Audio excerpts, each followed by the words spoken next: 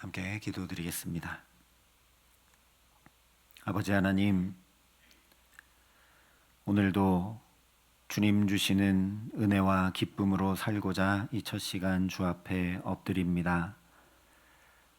기도하는 이 시간이 즐겁고 복된 시간 될 수 있도록 성령으로 역사하여 주시고, 오늘 이 하루 주님 주시는 그 은총과 기쁨에 매여 살아갈 수 있도록 우리 마음과 영혼의 생명의 양식으로 가득 채워 주시옵소서. 예수님 이름으로 기도합니다. 아멘. 오늘 우리에게 주시는 하나님 말씀은 사무엘하 21장 7절부터 14절의 말씀입니다. 사무엘하 21장 7절부터 14절의 말씀을 봉독해 드리겠습니다. 하나님의 말씀입니다. 그러나 다윗과 사울의 아들 요나단 사이에 서로 여호와를 두고 맹세한 것이 있으므로 왕이 사울의 손자 요나단의 아들 무비보셋은 아끼고, 왕이 이에 아야의 딸 리스바에게서 난 자 곧 사울의 두 아들 알모니와 무비보셋과 사울의 딸 메랍에게서 난 자 곧 무홀랏 사람 바르실레의 아들 아드리에르 다섯 아들을 붙잡아 그들을 기브온 사람의 손에 넘기니, 기브온 사람이 그들을 산 위에서 여호와 앞에 목 메어 달매 그들 7사람이 동시에 죽으니, 죽은 때는 곡식 베는 첫날 곧 보리를 베기 시작하는 때더라. 아야의 딸 리스바가 굵은 배를 가져다가 자기를 위하여 바위 위에 펴고 곡식 베기 시작할 때부터 하늘에서 비가 시체에 쏟아지기까지 그 시체에 낮에는 공중의 새가 앉지 못하게 하고 밤에는 들짐승이 범하지 못하게 한지라. 이에 아야의 딸 사울의 첩 리스바가 행한 일이 다윗에게 알려지매 다윗이 가서 사울의 뼈와 그의 아들 요나단의 뼈를 길르앗 야베스 사람에게서 가져가니, 이는 전에 블레셋 사람들이 사울을 길보아에서 죽여 블레셋 사람들이 벳산 거리에 매단 것을 그들이 가만히 가져온 것이라. 다윗이 그곳에서 사울의 뼈와 그의 아들 요나단의 뼈를 가지고 올라오매 사람들이 그 달려 죽은 자들의 뼈를 거두어다가 사울과 그의 아들 요나단의 뼈와 함께 베냐민 땅 셀라에서 그의 아버지 기스의 묘에 장사하되 모두 왕의 명령을 따라 행하니라. 그 후에야 하나님이 그 땅을 위한 기도를 들으시니라. 아멘. 사무엘하의 결론부인 21장을 시작하면서 하나님 나라는 어떤 위대한 인물 한 사람으로 세워지는 것이 아니라 하나님을 찾고 구하며 기도하는 한 사람, 내 삶의 주권을 내어드리고 하나님의 통치를 받는 한 사람에 의해 이루어지는 것임을 함께 살펴봤습니다. 이어서 오늘 말씀은 3년 기근의 원인으로 피를 흘려 죄를 범한 사울 집안을 지목한 다윗이 기브온 사람들이 요청한 대로 사울의 후손 7명을 처형한 일을 전해줍니다. 7절부터 9절이 전하고 있는 것처럼 다윗이 요나단과의 언약으로 인해 요나단의 아들 무비보셋은 처형하도록 내어주지 않고 사울이 그의 첩 리스바를 통해 얻은 두 아들인 알모니 무비보셋과 사울의 딸 메랍의 손자 5, 그래서 총 7명을 기브온 사람들에게 넘겨줍니다. 그래서 기브온 사람들이 이 7명을 산 위에서 동시에 처형합니다. 그렇다면 그 사울 집안에 피 흘린 것이 죄이고 그 죄 때문에 이 3년 기근이 닥쳐온 것이라면 이 죄를 이제 청산해 냈으니까 하나님께서 기도를 들어주셔서 기근이 끝났다라고 말씀해야 될 텐데, 이어지는 말씀은 뭐냐면 다윗이 이렇게 행해서 오히려 누군가의 눈에서 피눈물이 나게 됐다라고 말씀을 하고 있습니다. 10절에 아야의 딸 리스바가 굵은 배를 가져다가 자기를 위하여 바위 위에 펴고 곡식 베기 시작할 때부터 하늘에서 비가 시체에 쏟아지기까지 그 시체에 낮에는 공중의 새가 앉지 못하게 하고 밤에는 들짐승이 범하지 못하게 한지라 말씀합니다. 자기 두 아들이 하루아침에 죽었습니다. 그래서 그 어머니 리스바가 밤낮으로 시체를 지켰다는 거죠. 그것도 하루 이틀이 아니라 곡식 베기 시작할 때부터 하늘에서 비가 시체에 쏟아지기까지 계속해서 낮에는 새를 쫓고 밤에는 들짐승을 쫓았다 말씀합니다. 이 얘기는 뭐냐면 곡식 베는 시기는 바로 보리를 추수하는 4월을 얘기합니다. 그리고 하늘에서 비가 쏟아진다고 한 것은 우기가 시작되는 10월을 얘기합니다. 그러니까 장장 6개월 동안이나 아들들의 시체를 지키며 함께 생활했다라는 거죠. 듣기만 해도 너무 가슴 아픈 일이고 참 피눈물 나는 일입니다.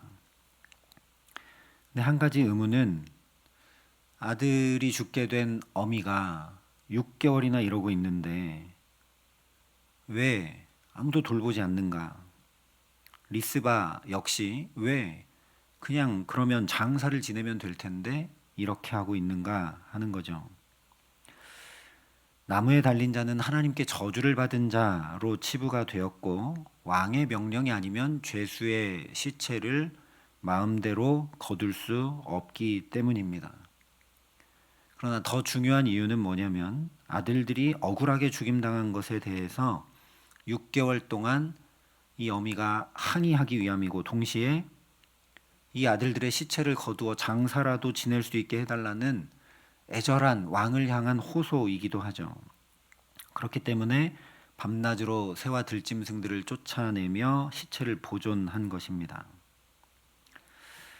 또 이스라엘에서 원래 10월은 이른 비, 4월은 늦은 비가 내려서 각각 씨뿌림과 추수를 하는 시기입니다. 그래서 성경은 하나님의 은총이 내리는 것을 뭐라고 얘기하냐면 이른 비와 늦은 비가 내린다라고 표현을 합니다. 그런데 여기서는 하나님의 은총의 비가 내린 것이 아니라 아들을 잃은 어머니의 피눈물이 내리고 있다고 얘기하고 있는 거죠. 그래서 성경의 통상적인 표현과 시기가 완전히 거꾸로 되어 있습니다. 보리 추수를 하는 늦은 비가 내리는 때부터 이제 파종하게 되는 이른 비가 내리는 때까지 그 시기가 완전히 거꾸로 된 6개월 동안 어미가 아들들의 시체를 지켰다고 말씀을 하고, 그러니까 원래는 이른 비 늦은 비가 내리면 추수하고 파종하는 그 기쁨이 있어야 되는데 리스바가 시체를 지켰다라는 참람함과 말할 수 없는 슬픔이 거기 가득했다라고 전하고 있는 거죠. 한마디로 다윗의 처사가 잘못됐다라는 것을 말씀하고 있는 겁니다. 겉으로는 신명기 말씀대로 피 흘린 자를 나무에 달아 이스라엘에서 악을 제한 것처럼 보이지만 실제로는 하나님의 말씀, 하나님의 뜻이 마치 사울 집안을 숙청해내는 일인 것처럼 만든 것이라 성경이 고발하고 있는 겁니다. 그렇기 때문에 굳이 이야기하지 않아도 되는 리스바의 모습을 통해 하나님 나라는 눈물이 없는 곳인데 용서와 사랑이 아니라 정죄와 사망이 가득한 나라가 되고 말았다라고 보여주고 있는 겁니다. 그래서 11절에 이에 아야의 딸 사울의 첩 리스바가 행한 일이 다윗에게 알려짐에 말씀합니다. 여기 알려졌다라고 한 원문의 의미는 누군가 어떤 소식을 전해주었다, 알게 해주었다라는 뜻이지만 동시에 여기에 폭로하다라는 의미가 담겨 있습니다. 그러니까 이것은 장장 6개월 동안 리스바가 어떻게 했는지에 대한 소식이 전해졌다는 의미 정도가 아니라 그것을 통해서 6개월 동안이나 이 비참한 어머니의 모습을 그대로 그냥 방치한 다윗의 완악함, 잔혹함, 무관심함, 냉정함이 폭로되었다라는 말씀이라는 거죠. 그러니까 이것은 땅의 기근의 문제가 아니라는 겁니다. 다윗의 마음에 기근이 들어 황폐했다라는 걸 보라는 거죠. 그러므로 3년 기근의 문제는 다른 데 있는 게 아니라 다윗의 마음이 굳어져 버리고 어두워져 버린 데 그 원인이 있다라는 걸 알게 됩니다. 하나님께서 이 리스바의 모습을 통해 이런 다윗의 마음을 두드려 깨우치신 것입니다. 그 황폐한 다윗의 마음을 터뜨려 폭로하신 겁니다. 죽은 아들의 시체를 놓고 하늘을 향해 울부짖는 어머니의 호소가 하루만 있어도 그것은 수많은 이들의 마음을 울릴 터인데 장장 6개월 동안이나 이렇게 했으니 이보다 강력한 것은 세상에 있기 어렵기 때문입니다. 그러자 12절을 보면 다윗이 가서 사울의 뼈와 그의 아들 요나단의 뼈를 길르앗 야베스 사람에게서 가져가니 이는 전에 블레셋 사람들이 사울을 길보아에서 죽여 블레셋 사람들이 벳산 거리에 매단 것을 그들이 가만히 가져온 것이라 말씀을 합니다. 여기서 놀라운 사실 한 가지가 드러나게 되죠.